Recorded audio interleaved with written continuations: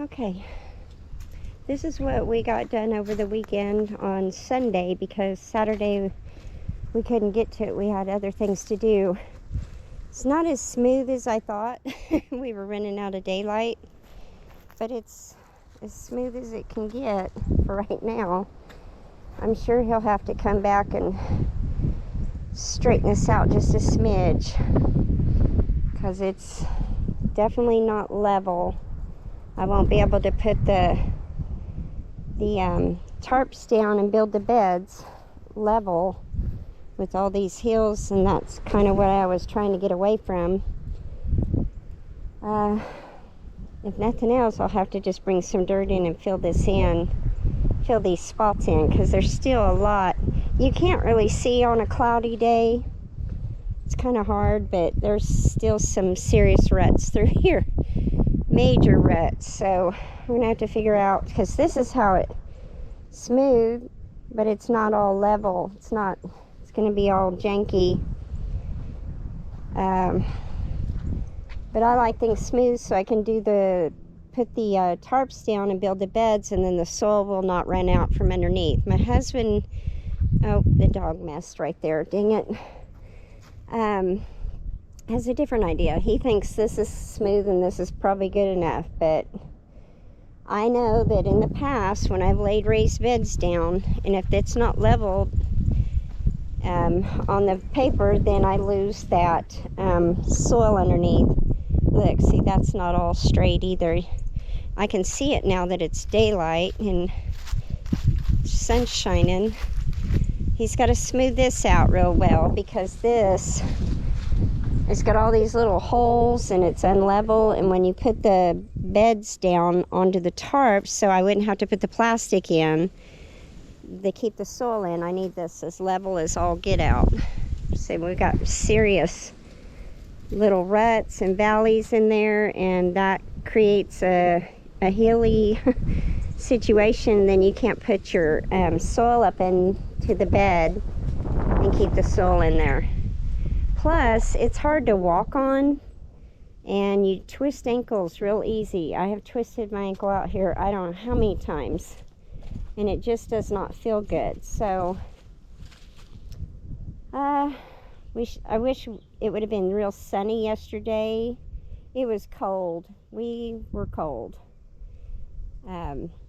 Definitely need to get this smoothed out. And then those spots that are the crevices here definitely need to be filled. I tried to kind of straighten some out with the rake, but him and I don't see like eye to eye on things like this. So, and I know he's busy and this took up a chunk of his day, but in order for me to grow and not have to use all the plastic in the beds, and then, you know, have it level. The level is the key. It needs to be level. So what I thought I would do here is I watched the Old Swedes farm, Rich and Hollie, and they have Tomato Alley, and I just thought that was so cool, and they have great success. I was wanting to put the tarps down and then build the raised beds, probably about yay big for the tomatoes, and then do the cattle panels like he does. But I cannot grow in the ground. The Bermuda will choke it out. There's no way for me to grow in the ground here. The Bermuda's all through this. You can see the rhizomes everywhere, and that has always been an issue. Even if the rhizomes are on the edge, they can come in and take over. They can come in under tarps. That's why I need those big thick tarps to be able to do this. So I definitely need we can fill in these rough spots and he can smooth it real good. And I wanted to build those beds and do the arch trellis and do the Tomato Alley all the way down this row and then back up. Oops, see, it's not level and I about tripped. And then do another one right here and utilize the front part of my garden. So, and I've got the irrigation set up. So this would be a great place to do that. See, there's no way I could, that is not smooth. Yeah, There's no way to put a tarps down and put beds down yet. I got a lot of work to do before this is done. It won't be so bad over there because it's pretty smooth and it's a lot softer soil over there because it's got tons of wood chips, biochar, it has everything in that soil. The only problem is after the fire burned, the Bermuda just exponentially took over, and within a week, the Bermuda was choking out my stuff. And you saw what it was like last year. I'm done. I'm too old to be crawling around on the ground weeding. And once Bermuda gets a hold, it's over with. But yeah, I'll talk to him and see if he can at least fill in those spots and smooth it a lot better than this.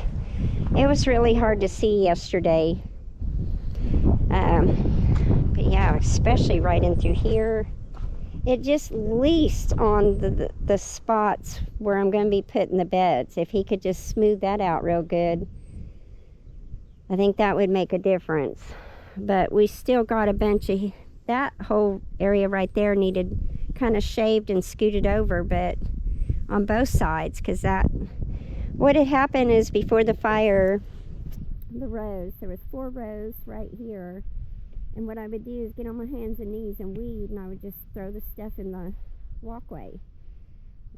Well, it built up, and before you know it, I had this big hill on the walkway, and it was all unlevel, and couldn't run the zero turn through here. Plus, when I ran the zero turn through and would ride down each row, that's why they're separated out like this, it would blow the weed seeds right into my rows.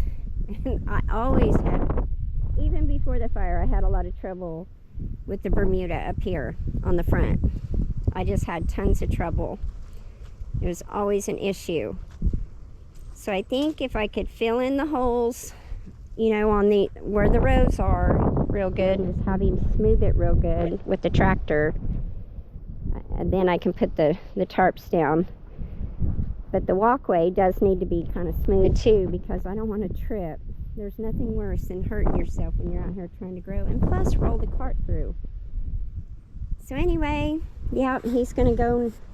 I don't think so, that's good enough, you're just getting ridiculous. I can hear him now. But in reality, if you look down, that's not gonna work. And he's got that tractor, he's got the thing that can smooth it. Once he smooths it, it looks good, but just getting it level to smooth it is another thing.